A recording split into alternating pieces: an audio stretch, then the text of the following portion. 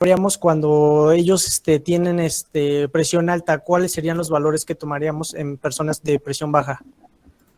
Para que yo pueda decir que un paciente está hipertenso, de acuerdo a la guía europea debe de ser 140, 90 es hipertensión grado 1.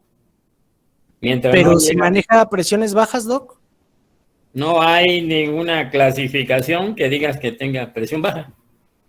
De 120, 80, 90, 60 es normal.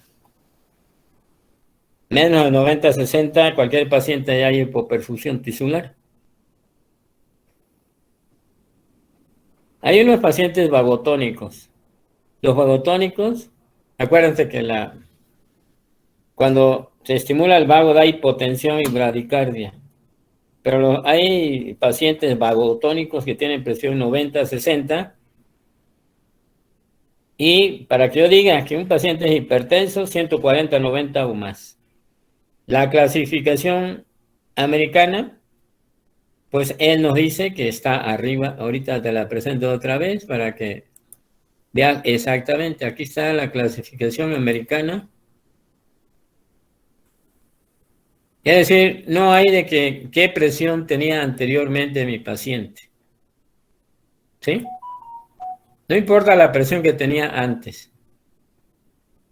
De acuerdo a la clasificación europea, tiene 140, 90 o más, es hipertensión. La americana es un poco más relajada. Le dice, nivel 1, que esté arriba de 170 y arriba de 80, porque 80 es lo normal. Sin embargo, después eso hice otra revisión y se considera hipertenso aquel que tenga arriba de 140, 90. El que está entre 120, 80 y menos de 140, 90, se puede llamar hipertensión elevada o de acuerdo a la normal alta, a la clasificación europea. Pero tomamos como base 120, 80 o menos. Menos, nunca es menos de 90, 60. No importa la presión previa que tenga nuestro paciente. Doctor, yo tengo otra pregunta. A ver. Con respecto al registro de las crisis hipertensivas, es que en la norma oficial mexicana 030 se estipula la clasificación de las guías europeas, y en las guías europeas, pues en lo que correspondería a la AJA, que es de 100, mayor a 180, mayor a 120 de la diastólica, las guías europeas la clasifican que es una hipertensión arterial grado 3. Entonces, nosotros, ¿cómo registramos que nuestro paciente está teniendo una crisis hipertensiva con respecto a las guías europeas? ¿O podría decirse que es similar una crisis hipertensiva y una hipertensión arterial grado 3? Bueno, de acuerdo, si tú usas la americana, con esa presión llegas a que es crisis hipertensiva. Y si dices la europea, no, ella no menciona la crisis hipertensiva. ¿Qué consideramos fuera de las guías clínicamente? Nos dicen que cuando un paciente tiene la presión suficientemente alta, con daño a órgano blanco, es una emergencia hipertensiva. Es una emergencia hipertensiva. Y si tiene la presión alta, sin daño a órgano blanco, nos dicen que es una urgencia hipertensiva. Entonces, la crisis hipertensiva se divide en dos, urgencia y emergencia hipertensiva, que después vamos a ver. Te voy a poner un paciente que llega con una hemorragia cerebral y tiene 150, 160, 90. Ese paciente tiene una crisis hipertensiva. Sería 160, 100. Ese paciente tiene una crisis hipertensiva que produjo daño a órgano blanco, es decir, produce una hemorragia cerebral. Quiere decir, para hablar de crisis, después vamos a hablar de crisis hipertensiva, en donde el concepto fundamental es el dato clínico con la presión alta. O sea, ahorita vamos a dejar las crisis hipertensivas cuando hablemos. El JNS7 igual lo divide 120 a 120. 180, 120, pero en realidad, si me dices, llega con hemorragia cerebral, 160, 100, esa es una emergencia hipertensiva. ¿Por qué? Porque tiene daño a órgano blanco. Si un paciente llega con 160, 90 y nada más tiene cefalea y no le encuentras más cosas, esa es una urgencia hipertensiva. ¿Qué hubo diferencia? El daño o no a órgano blanco. Ok, doctor, muchas gracias. Y de acuerdo, si a ti te gusta usar la clasificación europea, las tienes que usar como tal. Nuevamente la vamos a presentar. Tú tienes razón. La clasificación europea no lo menciona como tal, ¿verdad? Aquí está la clasificación. Y te dice, grado 3, 180, 110. ¿Por qué? Porque la sistólica va subiendo de 20 en 20 y la diastólica de 10 en 10. Por eso dice 140, 90 es lo... 2, 160, 100, fíjate, subió 20 y subió 10. Claro, en el intermedio de una y otra. 3, más de 180, 110. Pues tú dirías, si tiene 200 o más de 120, pues tú dices es una crisis o urgencia hipertensiva. Realmente después hablaremos de hipertensión, de crisis hipertensiva. El concepto real es que se acompaña o no de datos clínicos y la sintomatología que tenga. Entonces, si, por ejemplo, muchos cardiólogos emplean la clasificación europea. Hace varios años se dieron muchas becas en México para hacer la especialidad de cardiología. Y todos los cardiólogos que vienen de allá obviamente usan la clasificación europea. Pero si alguien fue a Estados Unidos a hacer la especialidad, habla de la AHA, American Heart Association, American, ¿verdad? Entonces, ¿cuál quieres tú emplear? ¿Puedes emplear la norma oficial mexicana? Sí. ¿Puedes emplear la europea? Sí. Es de acuerdo a lo que tú creas. Te voy a poner un ejemplo, por ejemplo. Cuando hablamos de nosotros de insuficiencia hepática, le ponemos CHAL y PUC X. Y también le ponemos MELT tantos puntos. No es lo mismo, pero al final de cuentas usamos 2 o 3 clasificaciones. Cuando usamos pancreatitis vas a ver la de Baltasar, vas a ver la de Atlanta y vas a ver otras. ¿Cuál es mejor? Puedes usar las que quieras. Y no estamos peleando. Lo más, fíjense que lo fundamental es decir, mi paciente tiene 140/90, es hipertenso. No importa la clasificación que emplees. Un paciente lo tengo controlado en hipertensión arterial cuando tiene menos de 140/90. Yo creo que es el concepto fundamental que debemos de tener en cuenta. Y cada quien puede emplear la clasificación que quiera de acuerdo a la que le guste más o donde se haya formado. Pero siempre no sabemos las dos. En la práctica clínica hacemos hipertensión arterial sistémica descontrolada. Pero ya tiene síntomas secundarias a la hipertensión, entonces ya hablamos de urgencia o emergencia hipertensiva. Es raro que le pongamos clasificación grado 1, grado 2, grado 3 o las etapas, y podemos poner europea tal y americana tal. En realidad eso sí no lo hacemos, solo ponemos hipertensión arterial sistémica descontrolada y ya. Podemos poner cualquiera de las dos o las dos también. Bueno, seguimos entonces. Ahora el tratamiento. No sé si quedó claro, pero podemos usar las dos. En el expediente a veces hay algunos locos que acostumbran pancreatitis aguda, clasificación de Atlanta, BISAP. Y ya ponen sofá, o sea, para ver la mortalidad. Y así le van poniendo un montón de cosas, terminamos como locos. Con una o dos que se emplee, o una es suficiente, según yo. Pero mínimo la clasificación clásica la debemos de saber. Saber que existen las dos, podemos poner las dos. La práctica clínica solo ponemos hipertensión arterial sistémica controlada o descontrolada, y también ponemos emergencia o urgencia. Eso lo hablaremos después.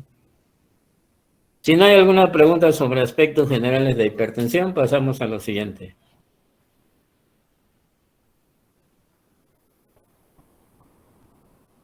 Bueno, pasamos a la siguiente.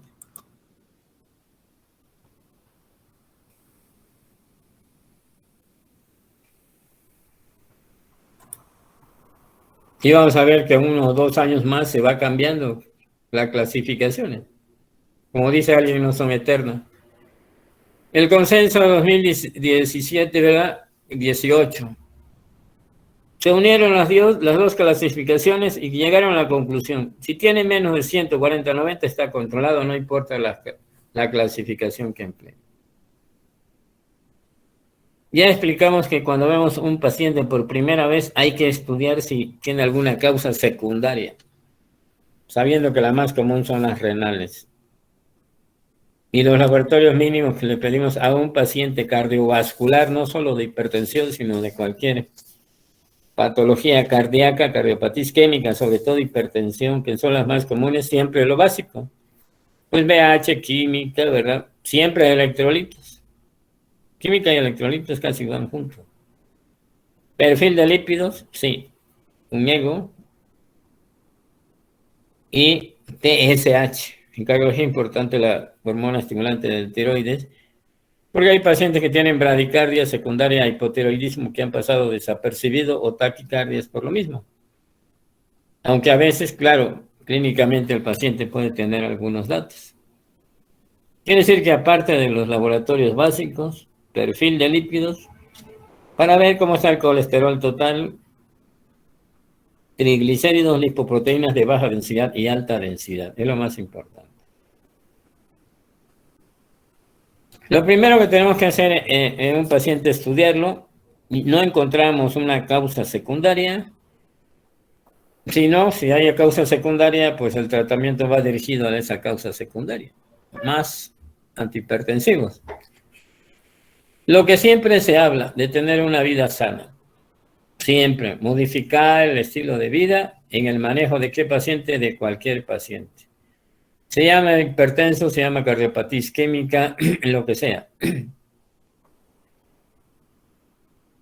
La vida sana, lo cual a veces es complicado. Dice, mantener el peso corporal, pues eso todos lo sabemos, que debes tener un peso corporal ideal.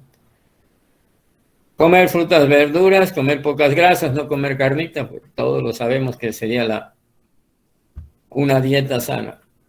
Poco sodio, porque en algunos estudios se ha asociado a la hipertensión arterial. Hacer ejercicio diario, cuando menos 30 minutos al día, casi todos los días. Pero yo le preguntaría, ¿en dónde trabajas? ¿A qué horas trabajas? ¿A qué horas sales? ¿Verdad? Moderación de consumo de alcohol. ¿Por qué salió esto de consumo de alcohol? Porque en Europa acostumbran a tomar vino tinto. Nos dicen que 2 copas máximo, ¿verdad? Pero lo ideal es no decirle que tome alcohol. Si lo acostumbra a vino tinto, bueno, pues no más de 2 copas diarias. Y en la mujer dicen que 1, pero entonces sería discriminativo, pues que también se tomen sus 2 copas. Pero nunca decirle que tome alcohol como cardioprotector. Entonces realmente modificar el estilo de vida, pues todos entendemos que es portarse bien, ¿verdad? Con la dieta. Y la grasa, seguramente ustedes ya conocen la dieta. Y siempre lo que debemos de comer, ¿verdad? Frutas, verduras, poca grasa, etcétera. Una dieta balanceada, etcétera. No voy a meter a la dieta, pero esa es la dieta que se recomienda. El tratamiento, fíjense que se basa en un grupo de medicamentos. Desde el principio le dije que vamos a ver un grupo de medicamentos. ¿Qué recuerda el grupo de medicamentos para falla cardíaca? Nada más mencionarlo. En primer lugar, ¿qué están? IECAS y ARAS. IECAS o Uno u otro, nunca los dos. IECAS o ARA2, ¿cuál otro? Beta, bloqueadores. Después, ¿qué sigue? Diuréticos. Después, digitálicos y por último, vasodilatadores. Ahora nos vamos el grupo de medicamentos y después veamos la guía, ¿de acuerdo? De hipertensión arterial sistémica. Tiazidas, o sea, diuréticos. Estoy hablando de un paciente que no tiene otro problema, no tiene problema renal, tiazidas. Aparece nuevamente IECAS o ARA2. Y en tercer lugar aparecen calcio antagonistas del grupo de la dihidropiridínicos de larga duración. Y después vemos, entonces, hay 3 grupos de medicamentos. Tiazidas, IECAS o ARA2, nunca los dos. Y calcio antagonistas son los 3 medicamentos básicos del tratamiento de la hipertensión arterial. En algunos pacientes podemos agregar beta bloqueadores, espironolactona o algún otro, el prazosin, en enfermedad renal crónica. Aquí fíjense que tenemos 3 tiazídicos, IECAS o ARA2, calcio antagonista. Este es el grupo importante para hipertensión. En algunos casos, beta bloqueadores, espironolactona y prazosin. Fíjense que tenemos 3. ¿Qué nos dice la guía? Tratamiento de primera línea. Se trata de que el paciente tome solo una dosis, que en una tabletita tengamos los 2 medicamentos. Terapia inicial. Muchos autores consideran que la terapia inicial en la mayoría de los pacientes debemos de dar 2 medicamentos. Sin embargo, en aquellos pacientes lábiles, que aquí no se ven en letras chiquititas, es decir, aquellos pacientes que tienen 60 años o más, que son lábiles, debemos de empezar con un medicamento. Si no es controlarlo, se puede controlar, pasamos a combinación. Aquí la primera, fíjense bien, dice combinación dual. En las guías así los mencionan, después voy a ver yo cómo lo hacemos nosotros. Paso 2, si no se controla, triple. ¿Qué es la combinación dual inicial? Es un tiazídico combinado con un IECA o ARA2. Triple, le agregamos entonces tiazídicos, IECAS o ARA2 y un calcio antagonista, ya van 3. Y en casos especiales se combina espironolactona, ¿sí? Y beta bloqueadores en casos especiales. Y prazosin se puede agregar en los pacientes con enfermedad renal crónica. Entonces, fíjense bien la combinación. Combinación dual es IECAS o ARA2 más hidroclorotiazida y 3, se le agrega una nifedipina, de ser un calcio antagonista. Vamos a empezar. ¿Qué diuréticos es el que nos menciona la guía en los pacientes hipertensos? Son los tiazídicos.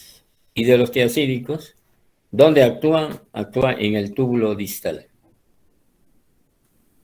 Entonces, los tiazídicos se emplean en hipertensión arterial.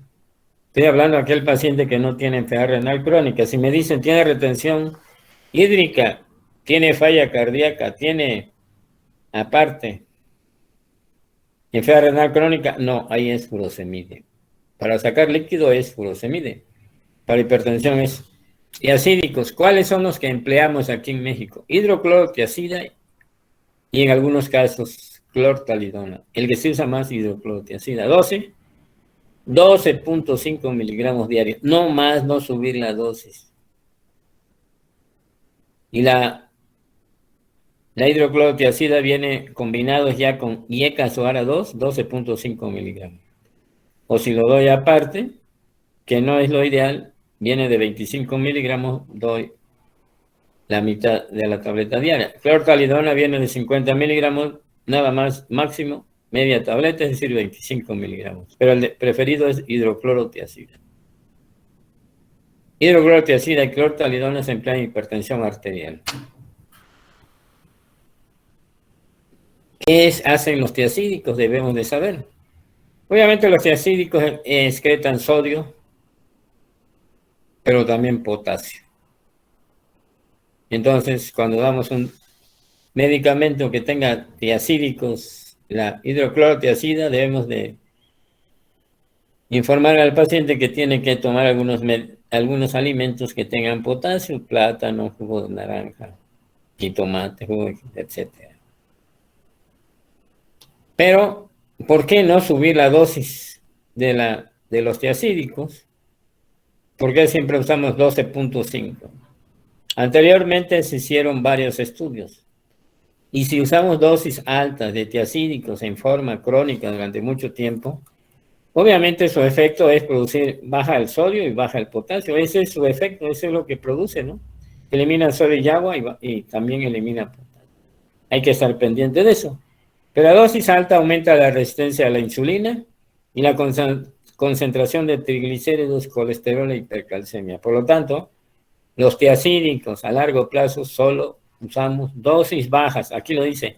No relación dosis-efecto, quiere decir que 12.5 miligramos. El aumento de la dosis no, es 2.5 miligramos, no más.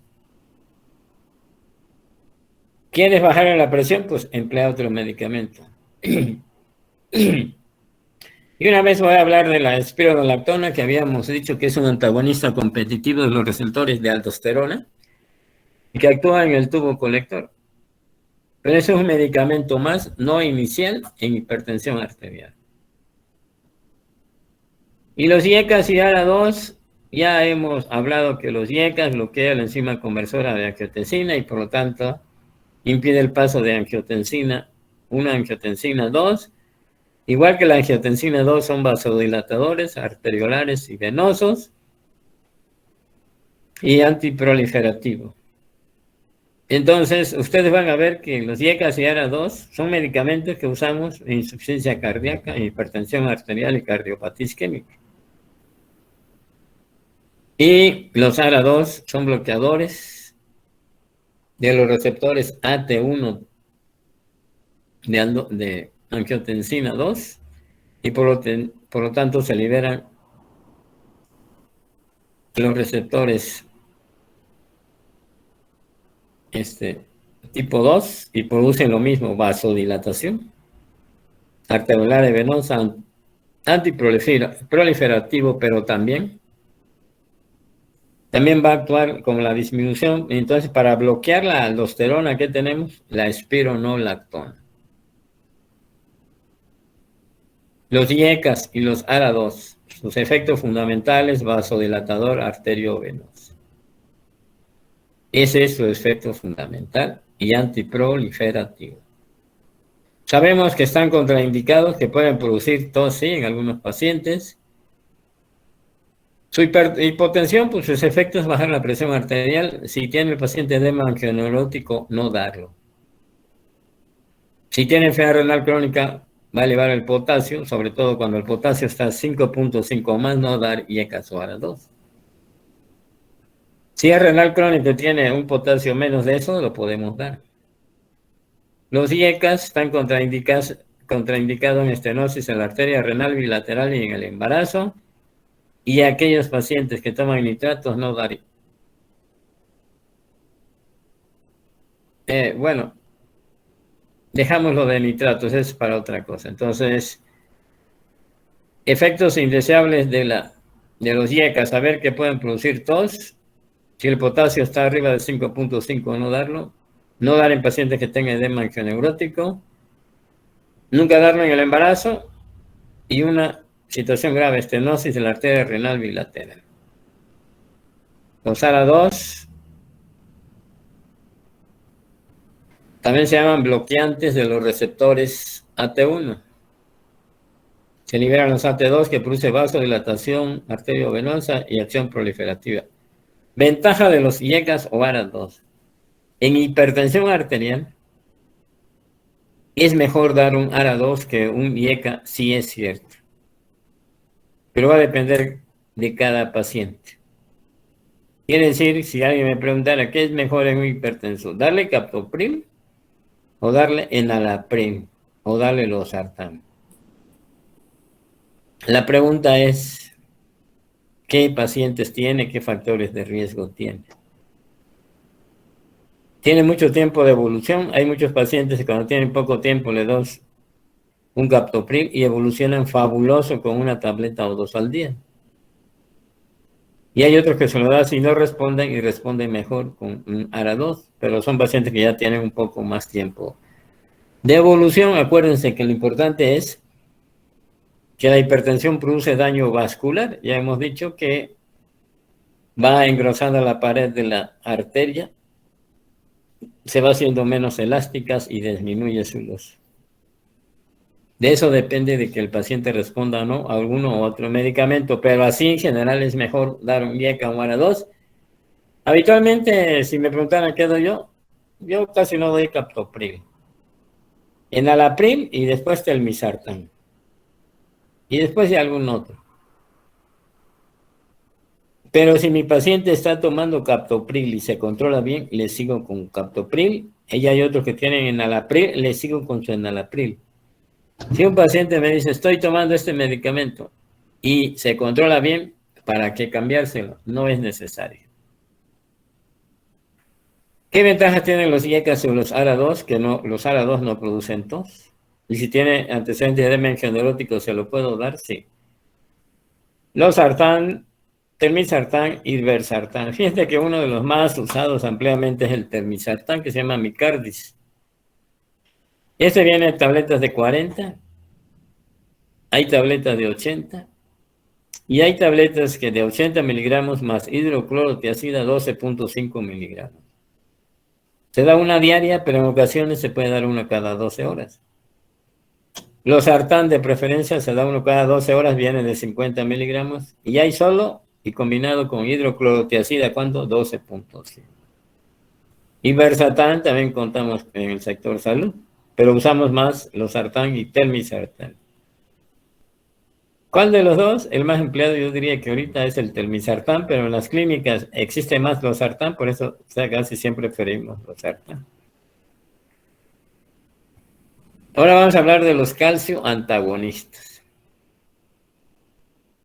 Entonces los calcios antagonistas, fíjense lo que hacen. Obviamente bloquean el paso de calcio hacia el interior de la célula y son inotrópicos negativos. ¿Por qué? Porque interfieren en la contracción del músculo liso, por lo tanto son vasodilatadores arteriolares, es decir, dilata donde haya una arteriola, ya sea a nivel coronario o a nivel sistémico. Tenemos 3 grupos de calcio antagonista y lo debemos de saber bien. 1, voy a empezar por el de en medio. Nifedipina. La nifedipina, fíjense los efectos que tiene. Nifedipina pertenece al grupo que le llamamos de hidropiridínicos o de hidropiridinas. Esa es la nifedipina.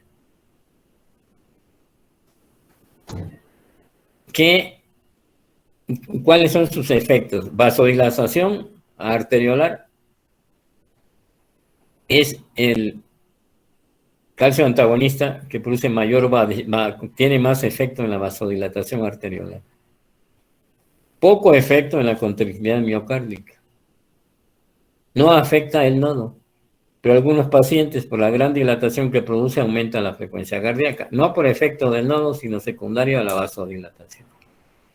Tenemos otro grupo de medicamentos que se llama verapamil. Verapamil, el nombre lo dice, si el corazón va a 1000, damos verapamil. Ahí sí no hay duda. Tiene un efecto intermedio, fíjense, vasodilata las arteriolas, sí. Disminuye la contractilidad, sí. Actúa fundamentalmente al nodo, sí, por eso baja la frecuencia cardíaca, porque actúa a nivel del nodo. Diltiazem, el grupo de diltiazem es el grupo que tiene menor efecto. En todos sentidos, tiene menor vasodilatación. Casi no afecta el inotropismo, la contractilidad. Su efecto sobre el nodo es muy ligero, por lo tanto es un medicamento intermedio, ¿verdad? Conclusión, para la hipertensión arterial usamos nifedipina. Para las arritmias cardíacas usamos verapamil, para la cardiopatía isquémica diltiazem. Pero estamos hablando ahorita de hipertensión, entonces nifedipina. Es decir, pertenece al grupo de las dihidropiridinas o hidropiridínicos. Esta diapositiva que casi no se ve, sí la vamos a comentar. Dihidropiridínicos. Sus efectos fundamentales son vasodilatación arteriolar importante. Son los mejores vasodilatadores arteriolares que tenemos. Poco efecto en la contractividad y no afecta al nodo. No lo bloquea al nodo. Y puede aumentar la frecuencia cardíaca por la gran vasodilatación. ¿Cuáles son los grupos que tenemos? La nifedipina, el prototipo. Y la que empleamos nosotros es de 30 miligramos. Pero como produce gran vasodilatación, en algunos pacientes se le pone la cara roja, un eritema, o sea, por la dilatación periférica. Puede tener mareos. Obviamente, si no lo doy en un paciente adecuado, pues va a bajar la presión y ese es su efecto, ¿no? Puede producir constipación y edemas. Entonces, algunos pacientes que no están bien indicados, le damos la nifedipina y llegan y nos dicen, doctor, ese medicamento me hinchó los pies. Y sí, es cierto, por la dilatación que tiene. Tenemos igual otros dihidropiridínicos que podemos y tenemos, son amlodipino y felodipino. Son los dos que tenemos. Fíjense, los dos son iguales. Fíjense, la dosis de 5 a 10 miligramos cada uno.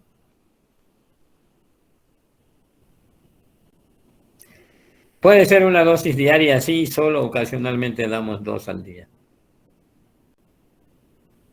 Produce dolor de cabeza igual que el anterior, sí, pero en menor proporción. Puede producir edema, pero mínimo.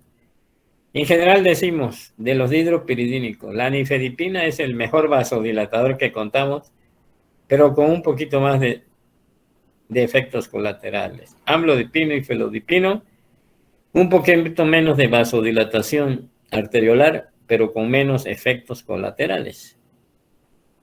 Y de los otros ya no vamos a hablar. Nada más palabras del verapamil. No vamos a dar verapamil en hipertensión arterial si no lo damos cuando el corazón va a 1000, es decir, las taquicardias. Pero fíjense bien el verapamil, el efecto que tiene. Produce depresión miocárdica, es decir, disminuye la contractividad. Entonces debemos tener en cuenta que no debe tener falla cardíaca porque si no se va a agudizar.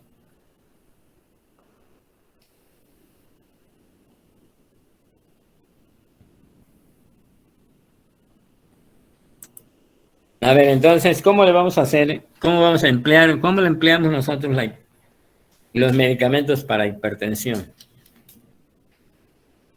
Yo le voy a decir cómo lo empleo yo. Ya la guía dice que primero es dual, es decir, hay que dar un IECAS, un ARA2 más una hidroclorotiazida. Y si no cede, le vamos a dar un calcio antagonista de grupos de la dihidropiridina, es decir, nifedipina o amlodipino o felodipina.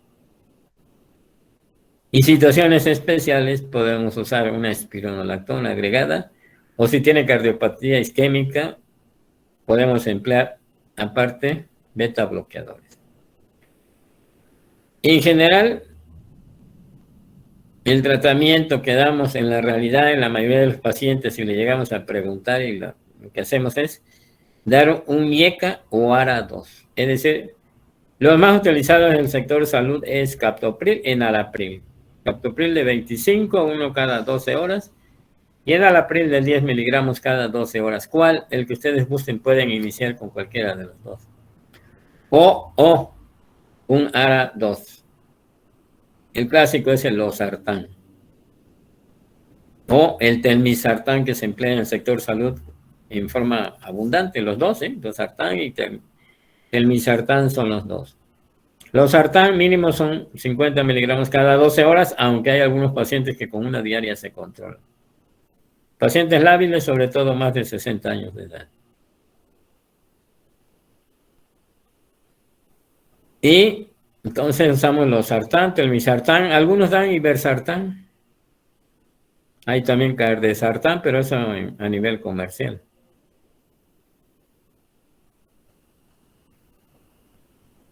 O podemos emplear otro, ¿no? También de eso hay un montón de medicamentos en el sector salud, pero son los más usados.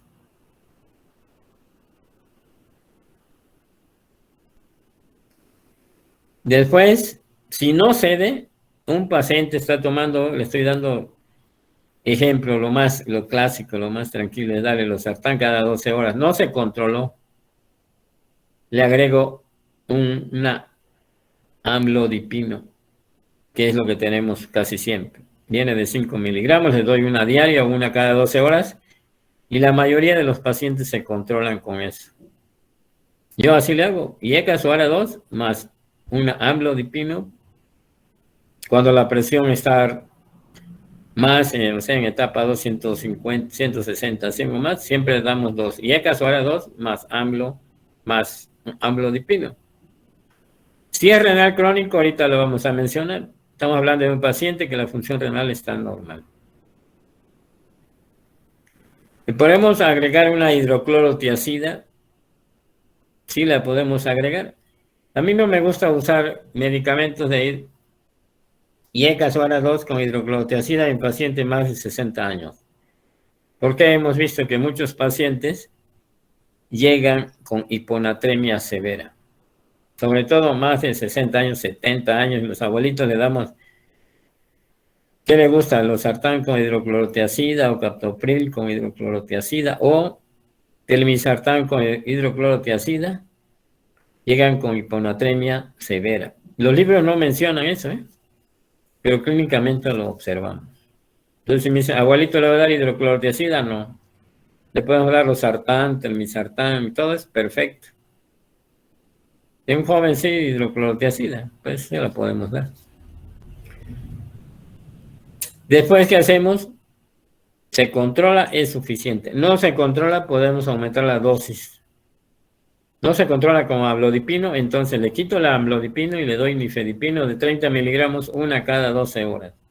Siempre empezamos con una diaria y después cada 12 horas. Hipertensión en el problema renal. Este es otro grupo de pacientes. ¿Sí? Algo especial, ya tiene daño renal. Habitual damos y un IECA o ARA2. Damos los sartán o telmisartán, pero sin hidroclorotiazida. Para la presión le vamos a dar siempre, pero ¿cómo está el potasio? El potasio tiene de 6 o más. No le voy a dar un IECA o ARA2 porque le va a subir un poquito el potasio.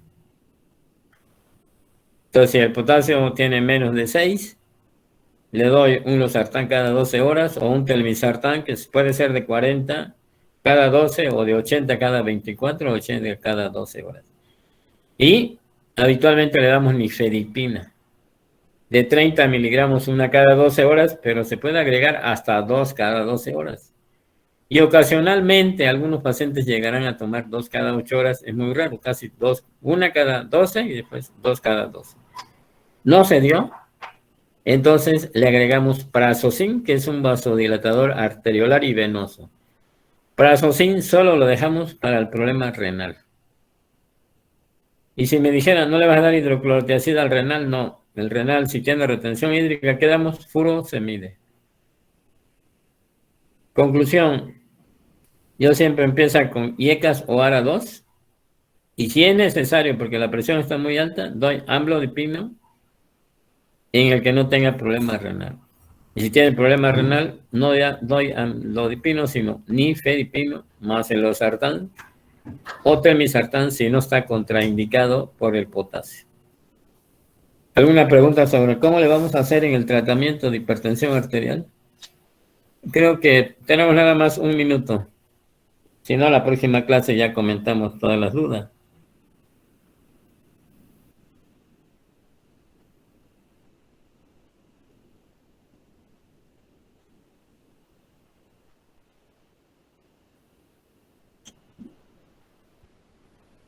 No, No vamos a confundir. Ahorita estamos hablando solo de hipertensión arterial. Si tú me hablas de cardiopatía isquémica, esa es otra cosa. Cuando veamos cardiopatía isquémica, veremos acetilsalicílico. Es decir, la hipertensión arterial no tenemos por qué dar acetilsalicílico. Hablando como antihipertensivos. Si tú me dices factor de riesgo de cardiopatía isquémica, pero ese es otro tema que vamos a hablar cuando vemos de cardiopatía isquémica. ¿Sí? ¿No es antihipertensivo? No. Algunos vean como el cardioprotector, sí, pero no es para bajar la presión arterial, o sea, no, para no confundir los conceptos, ¿sí? Después hablaremos de cardiopatía isquémica, entonces sí hablaremos del acetil salicílico y el clopidogrel. Bueno, pues termina la hora, jovenazos, pero mañana empezaremos con las preguntas y veremos, ya terminamos el tema con crisis hipertensiva, de emergencia y urgencia hipertensiva. Nos vemos mañana. Hasta mañana, doctor. Hasta mañana. Hasta mañana.